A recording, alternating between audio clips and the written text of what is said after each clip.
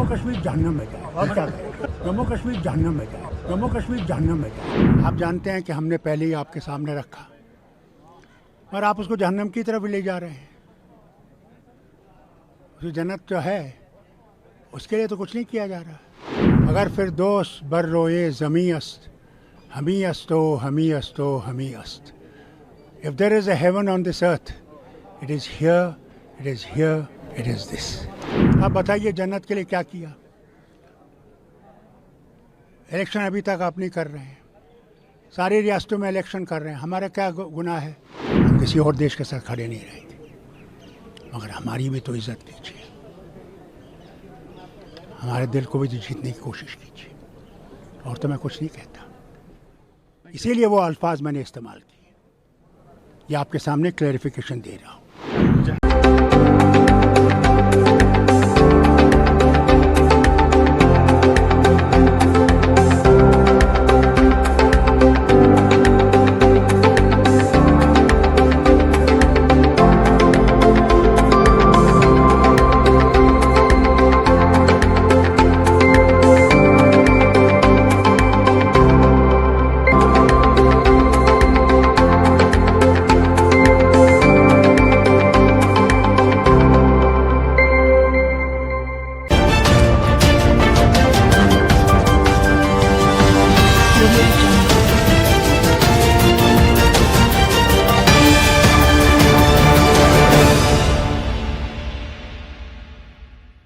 जहन्नम में जाए, आपने ऐसा क्यों बोला? देखिए, आप लोग मुझे तंग करते हैं। आप जानते हैं कि हमने पहले ही आपके सामने रखा और आप उसको जहन्नम की तरफ ले जा रहे हैं। उस जन्नत जो है उसके लिए तो कुछ नहीं किया जा रहा। अगर फिर दोस्त बर रोए ज़मी अस्त, हमी अस्तो हमी अस्तो हमी अस्त। If there is a heaven on this earth, it is here, it is here, it is this. आप बताइए जन्नत के लिए क्या किया? इलेक्शन अभी तक आप नहीं कर रहे हैं। सारी रियासतों में इलेक्शन कर रहे हैं। हमारा क्या गुनाह है कि आप हमारे इलेक्शन नहीं कर रहे हैं?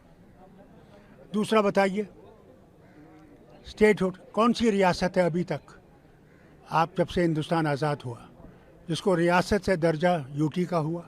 आप कहते हैं टेररिज्म ख़त्म हो गया। क्या ख़त्म हुआ? क्या आज हमारे फौजी और अफसर नहीं शहीद हो रहे हैं? क्या लोग नहीं मर रहे हैं? आप टूरिज़्म की बात करते हैं। आज तक उन्होंने टूरिज़्म पे हमला नहीं किया, मगर एक टूरिस्ट पे हमला करेंगे, आप देखेंगे टूरिस्ट ज़ीरो हो जाएगा, ज़ीरो हो जाएगा। ये तो शुक्र कीजिए वो नहीं कर रहे हैं, क्योंकि हमारा सब कुछ उसी पर डिपेंडेंट है। हमारे पास कोई फैक्ट्री नहीं है। इन्हें काम फैक्ट्रियाँ लाएंगे। कौन सी फैक्ट्री लाई? वो भी यूनाइटेड अरब रिपब्लिक से इमार का एक मॉल बन रहा है। मॉल, हमारे यहाँ पहले ही मॉल है, उसकी कमी नहीं है। तो मेरा तो यही है,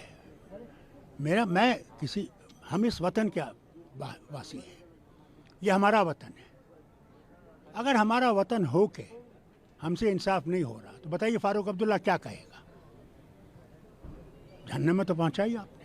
तो तैश में आकर बोले थे आप। क्या करूं? दिल दुखता है अंदर से। मैंने लोगों के सामने जाना पड़ता है, मुझे गालियां पड़ती हैं। किसकी नीतियों की वजह से हुआ ये?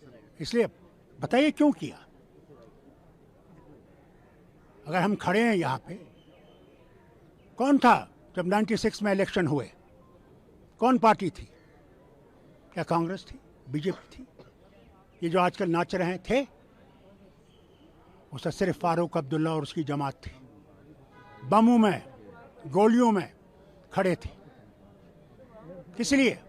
ये झंडा जो है ये खड़ा रहे, खड़ा रहे,